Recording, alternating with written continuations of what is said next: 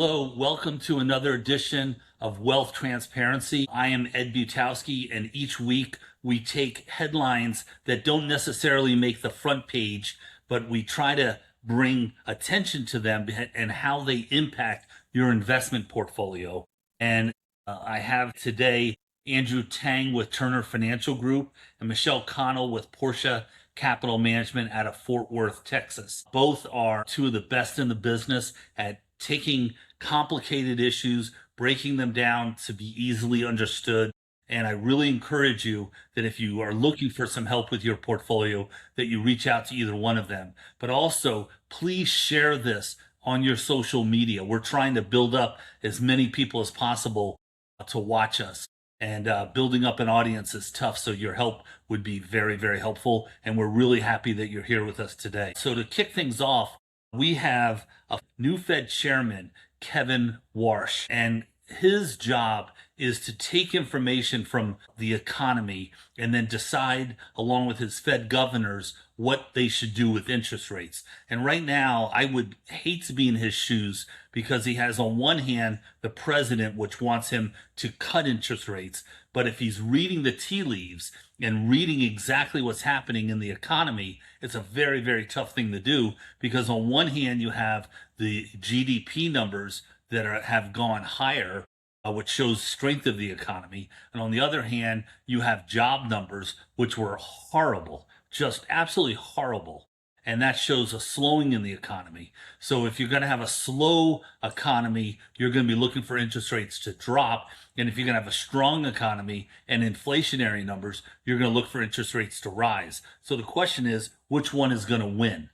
So Michelle, why don't you give us your opinion on the issue that Kevin Warsh is facing right now? I would agree with you. I think it's a very hard place to be for Warsh, the chair, as well as the governors. I think they're going to have to wait and see how things, flatten out or wash out, so to speak, because we don't know what's going to happen with the Middle East. And that's a big driver of the increase of inflation that we've had this year. It's not only affected us at the pump, but through several other sectors as well, retail, transport, etc. So I don't think there's enough evidence for him and his group to take rates down like they'd like to, especially from a job standpoint.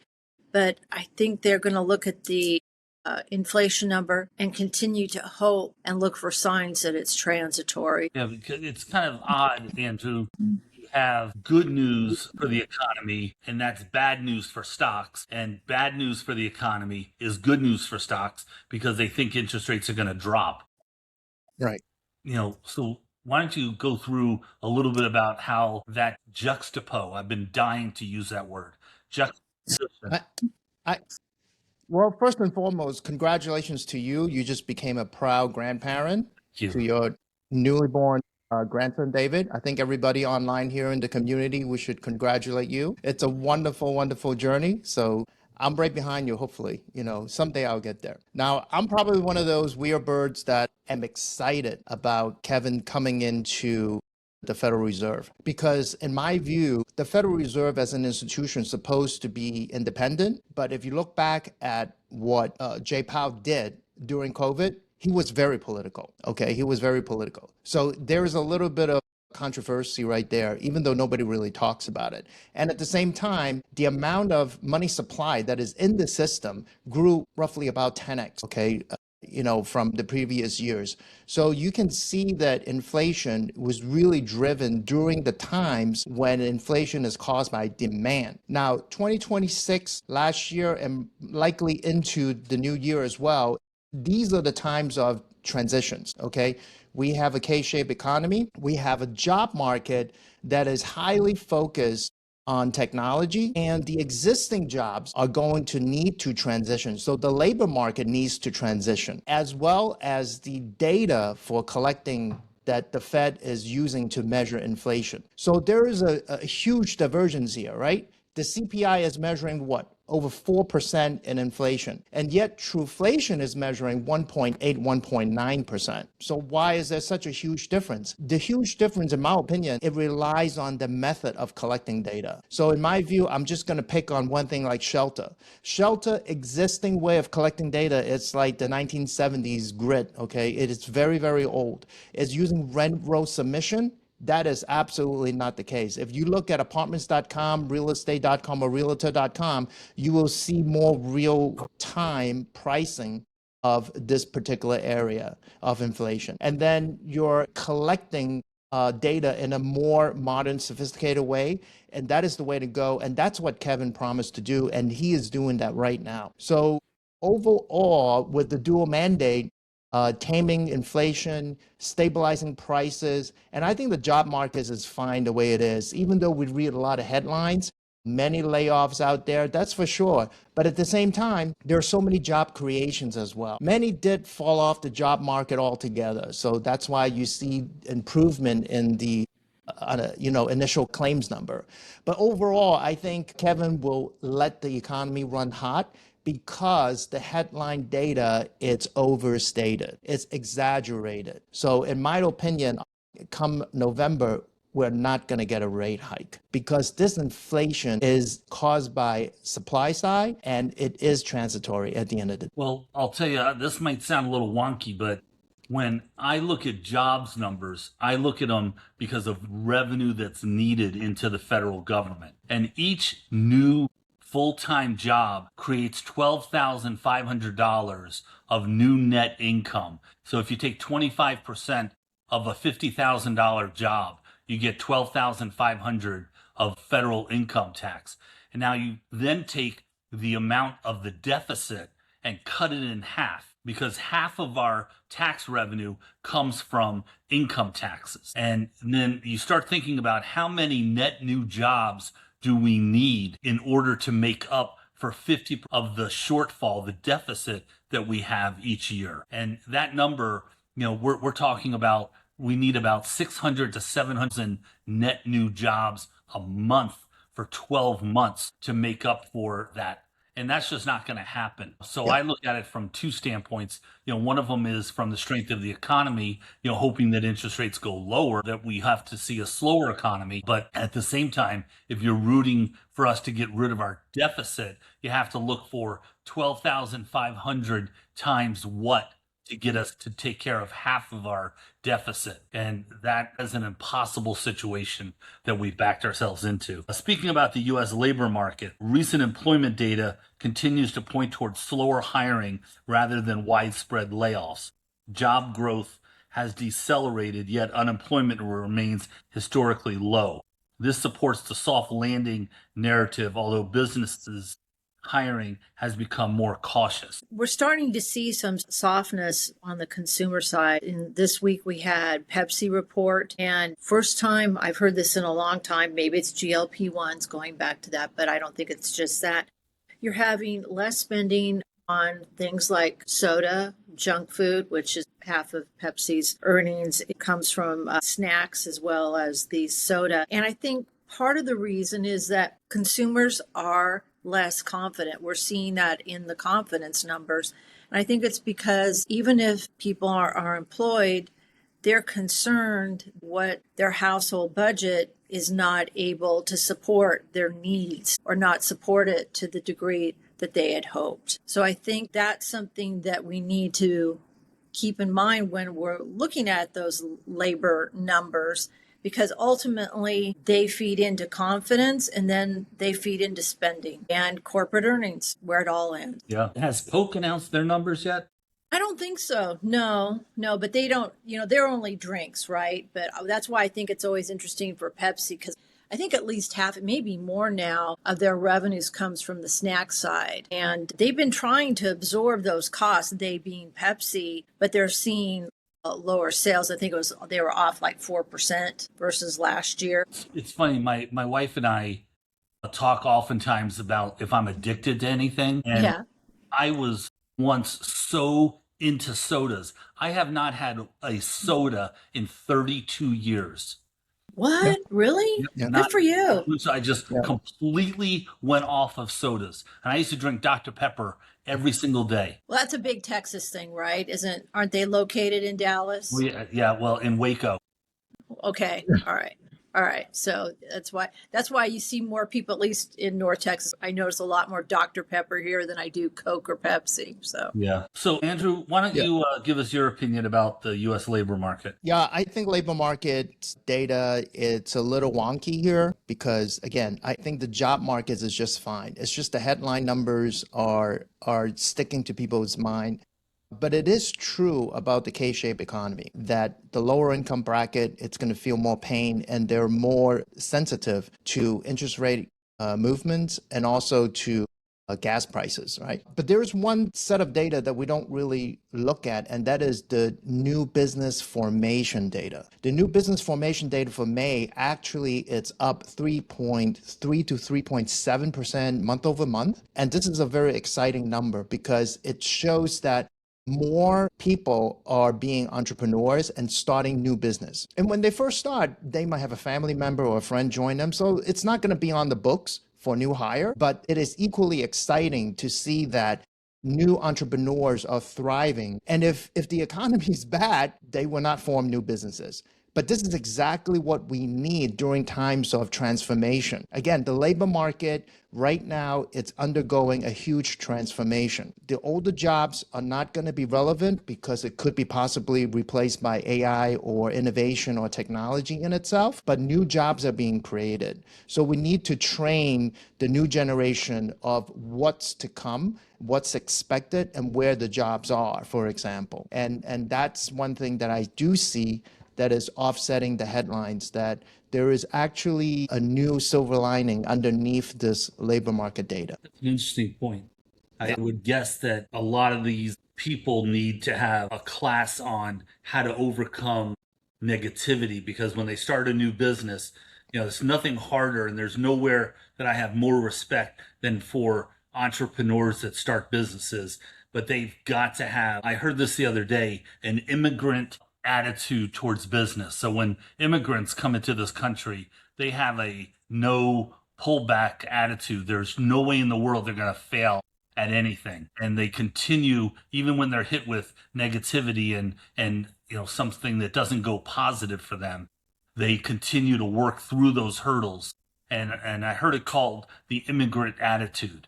And I love that because immigrants, if they came off the boat in Ellis Island and went and found a job selling potatoes, and then all of a sudden they become the Yeah. greatest French fry producer of all time because they had that can-do attitude. So these entrepreneurs need to have a can-do attitude. Yeah, I can actually speak to that because I am an immigrant, first and foremost, a legal immigrant that I did come off of a Pan Am flight back in 1981, okay, from Hong Kong. So through my parents, I am lucky enough, very blessed to be able to pursue the American dream, where you have the right and the freedom to pursue at any level of success. And nobody's going to write your paycheck if you become an entrepreneur, okay? You're not going to be a W-2. Nobody's going to tell you what your salary is. It's whatever you want to make it to be, okay? This is something that is impossible under any other political system in the world. There is only one place that in the world that we can call having or pursuing the American dream. And that's why this 4th of July, I actually hung a flag outside of my house because I'm very proud to be a naturalized legal immigrant here. A citizen of the United States. And so, yeah, I encourage all the young graduates here, if you have a bad taste or a negative sentiment towards artificial intelligence or innovation, I suggest what you should do is really take the bull by the horn and actually learn your competitor. What is it that people are so gaga over about? And there is a real need right now for business owners that are 50 years old. If you could be their IT consultant, their AI consultant, and teach them how to use agentic AI agents to make their workflow more efficient, you have a great business right there. And you can charge by the hour, have them enter into a retainer contract, and before you know it, you're hiring because you're getting so many contracts out there. So I think the world is your oyster. Go out there and get it. It's easy to sit back and be all negative when you don't get that job offer. But again, use it, be proactive. Well, I don't know how they transition from that to renewed geopolitical tensions involving Iran have increased volatility in the oil markets several weeks after declining prices. So even though we physically have enough supply and it's adequate, we're still getting a lot of pricing energy pressure all over the place. I mean, what do we do? Now we see crude prices stabilize, but it is the capacity of the refinery that is hitting pretty hard, because a lot of the oil or the gasoline and jet fuel and diesel is refined in places like China or Asia, because that's cheaper. And that's where you see how come oil prices came down, but diesel, it's still very high. And gasoline is actually okay now because we're seeing the national average of sub 4, right, per gallon. But it is really weird because the refinery is always going to chase after yield, right? So if the higher yields in diesel, they will produce a lot more diesel. And then diesel comes down and then gasoline goes up. So it goes back and forth. So, the refinery capacity, it's an issue here. Now, for airlines, I think Delta is the only airline companies that I know that owns a refinery. So that's why Delta is actually handling in this price situation better than other airlines. You're seeing a lot of consolidations. You're also seeing a lot of volatility as well, and higher prices for ticketing. You see it. And, right now, the seating and the logistics booking system, it is so advanced right now that almost every seat is full, right now. Back in the days, you have empty seats all the time, but now you don't, right?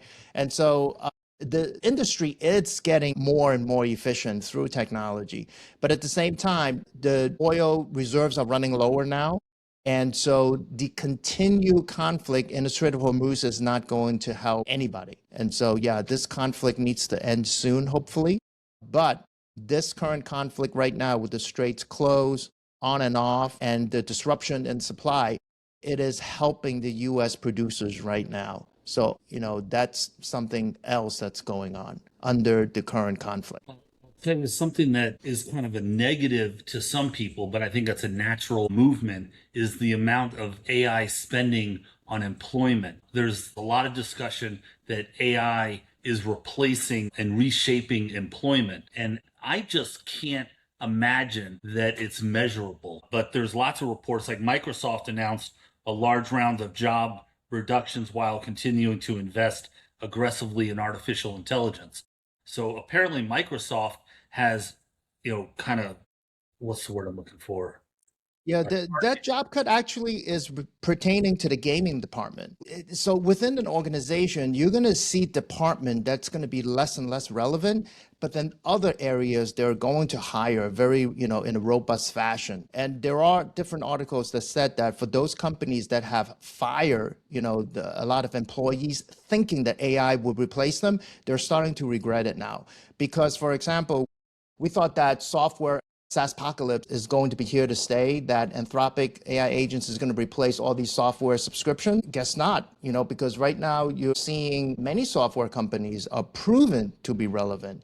And with the AI tool, they're becoming more efficient, right? Just like you would think that all the attorneys right now, they're going to go out of business, but it is just the opposite. There's going to be more attorneys that are, being hired right now. And it's just that each attorney or their practice, they're able to do more and do it more efficiently. Same thing with X-ray technicians, because they were saying that, okay, AI is going to be able to help you scan the X-rays extremely well. They're going to be able to spot these problems in a very early stage. So all the technicians are going to be out of work, but that's exactly not the case, because at the end of the day, their job is to service the client, is to help diagnose the patient. So their jobs, with the help of AI, is becoming less mundane. All the grunt work are going to be handled by technology so that they can spend time to do the higher paying portion of their work. So I think this is, again, it's another transition. It's not replacing, but it's reshaping. So my son and daughter have 4 friends that work at Salesforce, and 3 of them got laid off last week, and they blamed it on AI, which I find amazing that my kids have 4 friends that work at Salesforce, but even more amazing that 3 of them got laid off and they were in different departments. So I think that's a target, that you're seeing software getting targeted by AI hiring. or I shouldn't say hiring, but laying people off. I don't know what divisions. I know one of the guys should be in the ne'er-do-well division because he's worthless, a human. But I don't know what divisions that they're in. So next week, we're going to start seeing a lot of earnings data come out. And I think you're starting to see a shift from people being led by economic data to earnings. And earnings are what really drive stock prices. So, Andrew, can you give us your view on the shift from economic data to earnings valuations? Yeah, absolutely. Because the stock market itself is an aggregate present value of futures earnings. That's what it is at the end of the day. That is the stock market. And so the macro effect on investments, it will be played out, or if there are really no extreme cases or extreme danger that we see. And I would use an example of if the economy is heading towards higher rates, for example, that will be a danger. Then we need to de-risk because, the economy is going to be, or we're heading to a more restrictive environment, right? So everything is going to cost more, borrowing and then financing is going to slow down or freeze, for example. Hiring is definitely going to freeze.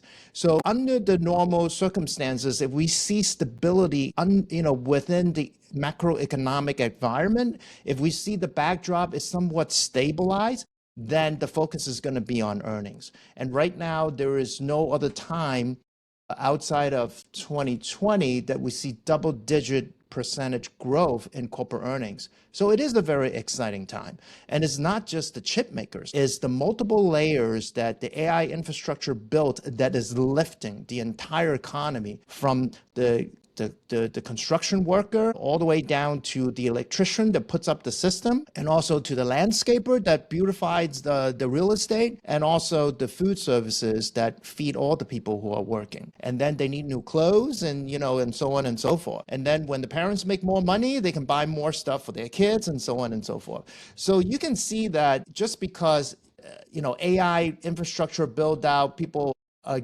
having a negative sentiment towards it. I think a lot of it is great for the economy because overall, it is lifting the entire economy, even though that doesn't get the headlines. Yeah.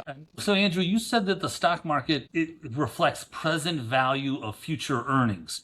Exactly. But aren't a lot of the present value based on future earnings? Yeah, it is. Yeah. So that's why there's the multiple, right? Just like NVIDIA right now is trading under 20 times futures earnings. Tesla is trading over 100 times futures earnings.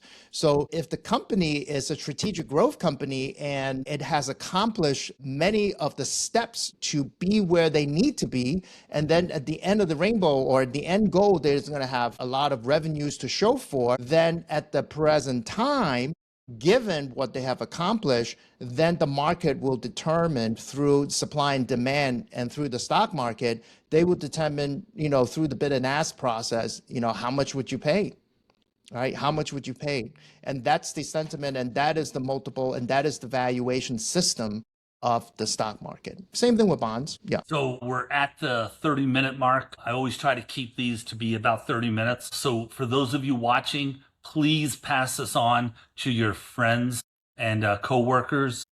This is Andrew Tang with Turner Financial Group and Michelle Connell from Portia Capital Management based in Fort Worth. If you have any questions for anybody, please reach out to them and get to know them. You're dealing with the best in the business. I promise you that. And this is Ed Butowski, and this has been another version of Wealth Transparency. Thank you. Thanks for having me.